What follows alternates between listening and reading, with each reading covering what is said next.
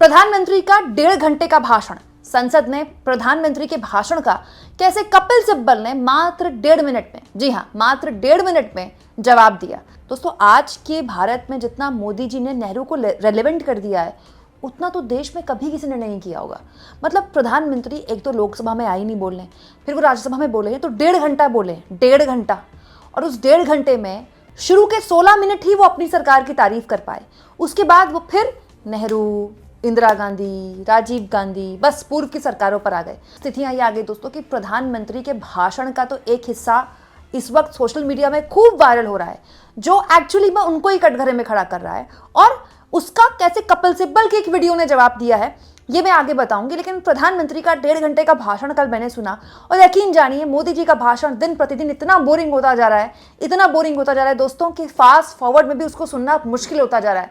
मैं तो दाद देती हूँ उन एंकर्स और उन संपादकों की जो मोदी जी के वही बोरियत भरे भाषण, वही पुराने भाषणों में हर बार नई हेडलाइन निकालते हैं। वही नेहरू, वही इंदिरा गांधी, वही पूर्व की कांग्रेस पार्टी के सरकारों की आलोचना। दोस्तों, मोदी जी का जो राज्यसभा में भाषण था, मात्र 16 मिनट तक शुरुआत के मोदी जी अपनी सरकार की तारीफ कर पाए। उसके बाद से वो कांग्रेस के प्रधानमंत्रियों पर आ गए थे। प्रधानमंत्री जो नेहरू और इंदिरा गांधी तक को इतना याद करते रहते हैं, उनको कोई भी एहसास है कि इस देश की राजधानी में क्या हो रहा है?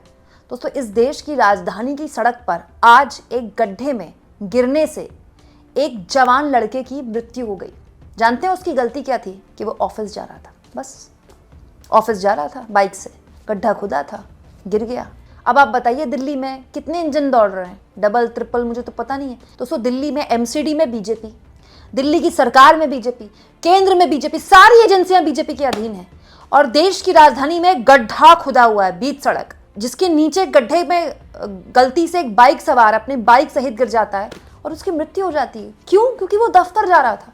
ठीक ऐसा ही वाक्य अभी कुछ दिन पहले दोस्तों नोएडा में देखने को मिला, जब एक अच्छा भला जवान लड़का अपनी गाड़ी सहित एक पानी के गड्ढे में गिरा रहा, 2 घंटे तक मदद की गुहार लगाता रहा, फायर ब्रिगेड, पुलिस तमाशा देखती रही, और वो बेचारा जवान लड़का किसी का डूब के खत्म हो गया, वो मर गया। और प्रधानमंत्री मोदी को आज भी नेहरू और इंदिरा गांधी को याद करने से फुर्सत नहीं है। तो उसे मोदी जी ने राज्यसभा में 1.5 घंटे लंबा भाषण दिया है, 1.5 घंटे लंबा भाषण। इस भाषण में प्रधानमंत्री मोदी ने नेहरू और इंदिरा गांधी का जिक्र किया कि इंदिरा गांधी ने अपने एक इंटरव्यू में बताया था कि नेहरू से पूछा गया था जब वो पीएम थे कि आपके पास कितनी समस्याएं हैं। देश नया नया आज़ाद हुआ था, उस वक्त देश में बहुत समस्याएं थी, अशिक्षा थी, बेरोजगारी थी, सबसे बड़ी समस्या थी देश के पास पैसा नहीं था। आज तो हम बहुत बड़ी इकोनॉमी है, उस वक्त तो बस ब्रिटिशर्स, अंग्रेजी हुकूमत जो हमारे देश का हाल करके गई थी। आपको पता ही देश में, आधे देश में, मतलब कई देश के हिस्से थे जहाँ पर भुखमरी के हालात थे। तो नेहरू से पूछा गया था कि आपके लिए, मतलब आपके सामने देश में कितनी समस्याएं हैं। दोस्तों, उस वक्त नेहरू ने जवाब दिया था कि 37 करोड़ समस्याएं हैं मेरे पास। मतलब नेहरू ने, देश की आबादी उस वक्त 37 करोड़ होगी, तो नेहरू ने कहा था मतलब 37 करोड़ समस्याएं।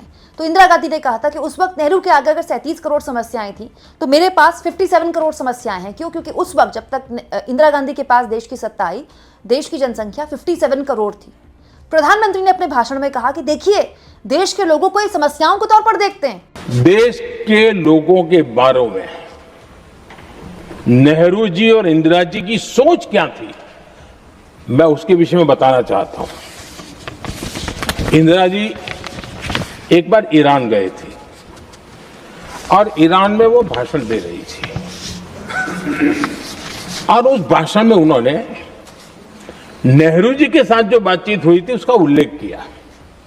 खुद ने कहा है, उन्होंने कहा, और मैं जो इंदिरा जी ने कहा था उसको कोट कर रहा हूं, जब किसी ने मेरे पिताजी से पूछा, यानी नेहरू जी से पूछा कि उनके सामने कितनी समस्याएं हैं, तो उन्होंने उत्तर दिया था 35 करोड़। नेहरू जी ने जवाब दिया था कि उनके सामने कितनी समस्याएं हैं, बोले 35 करोड़। उस समय हमारे देश की जनसंख्या थी 35 करोड़। अब आगे देखिए, 35 करोड़ देशवासी नेहरू जी को समस्या लगते थे।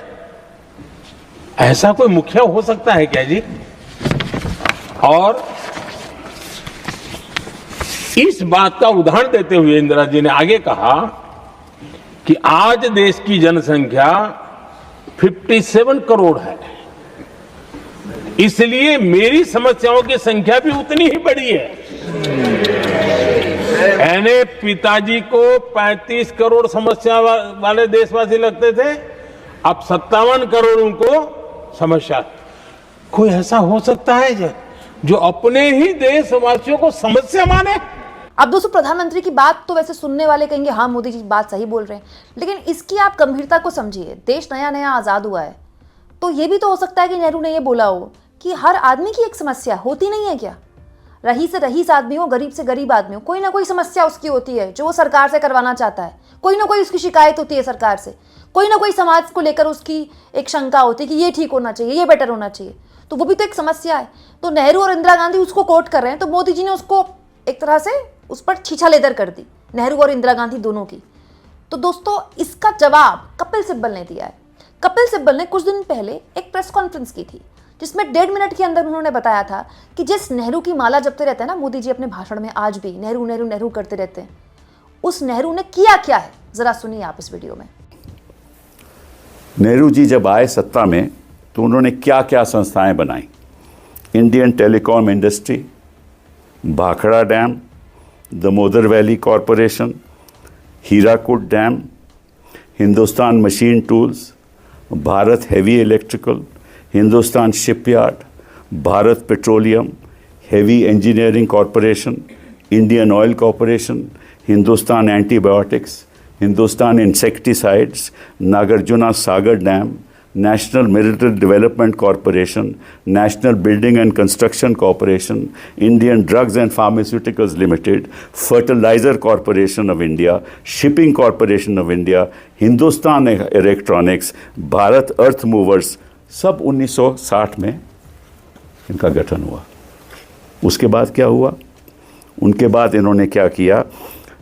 इंडियन स्पेस रिसर्च इसरो बनाया, नेशनल फिजिकल लेबोरेटरी बनाई, नेशनल केमिकल लेबोरेटरी बनाई, नेशनल मेटलर्जिकल लेबोरेटरी बनाई, all India institute of medical sciences का स्थापन हुआ, नेशनल इंस्टीट्यूट ऑफ वीरोलॉजी बनाया, डिफेंस DRDO बनाया, और नॉलेज एरिया में इन्होंने साहित्य अकेडमी का गठन किया, संगीत नाटक अकेडमी का, नेशनल स्कूल ऑफ ड्रामा का, ललित कला अकेडमी का, national council for applied economic research का, एंड इंडियन स्टैटिस्टिकल इंस्टीट्यूट का, all setup, film division, television institute of India, national institute of design and national council. And कब?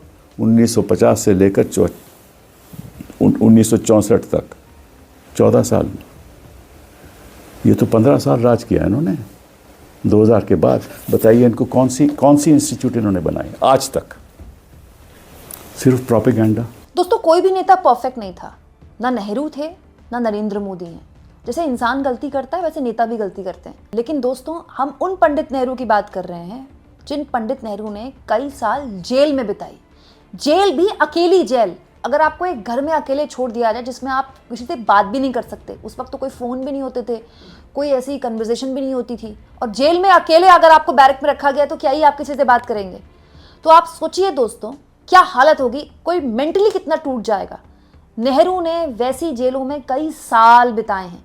नेहरू सिर्फ देश के पहले प्रधानमंत्री नहीं थे, नेहरू इस देश के स्वतंत्रता सेनानी थे, पढ़े लिखे अच्छे घराने के बैरिस्टर थे। वो चाहते तो विदेश में बैठकर कोई बढ़िया नौकरी कर सकते थे। उस वक्त बैरिस्टर की पढ़ाई बहुत बड़ी बात होती थी, विदेश के पढ़े हुए थे नेहरू, लेकिन उन्होंने देश की आज़ादी के लिए जेल जाना बेहतर समझा, देश की आज़ादी के लिए लाठी खाई, देश की आज़ादी के लिए लड़े। हमें एक ऐसा संविधान दिया, उन्हीं की कैबिनेट ने हमें एक ऐसा संविधान दिया जिसकी वजह से आप और मैं आज भी सरकार से सवाल पूछ पा रहे हैं, जिसकी वजह से आज भी देश की एक सिटिंग सीएम सुप्रीम कोर्ट में जा सकती है, सुप्रीम कोर्ट में गुहार लगा सकते हैं कहते हुए कि मिलॉर्ड हमको बचाइए, आप ही आखिरी उम्मीद है न्याय की।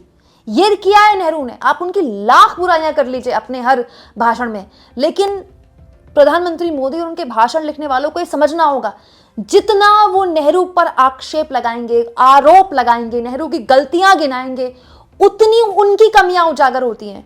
क्योंकि दोस्तों, जो मजबूत पर्सनालिटी का नेता होता है ना, जिसके अंदर आत्मविश्वास से जो भरा होता है, जिसमें किसी तरह की कोई इनसिक्योरिटी नहीं होती है, वो कभी भी किसी दूसरे पर उंगली उठाने से पहले ये समझता है कि वो उसने खुद क्या किया है। प्रधानमंत्री अगर वाकई विश्वगुरु लेवल के नेता हैं और एक फोन पर वो वॉर रुकवा देते हैं, तो प्रधानमंत्री मोदी को आज भी अगर अपने भाषणों में नेहरू की गलतियां बतानी पड़ रही हैं, नेहरू को कोट करना पड़ रहा है, तो ये बताता है कि वो किस लेवल की इनसिक्योरिटी में है नेहरू को लेकर। आखिर नेहरू इतना परेशान क्यों करते हैं प्रधानमंत्री को? दोस्तों, आपको क्या लगता है? कमेंट बॉक्स में जरूर लिखिएगा और जितना हो सके चैनल को शेयर भी करें और सब्सक्राइब भी।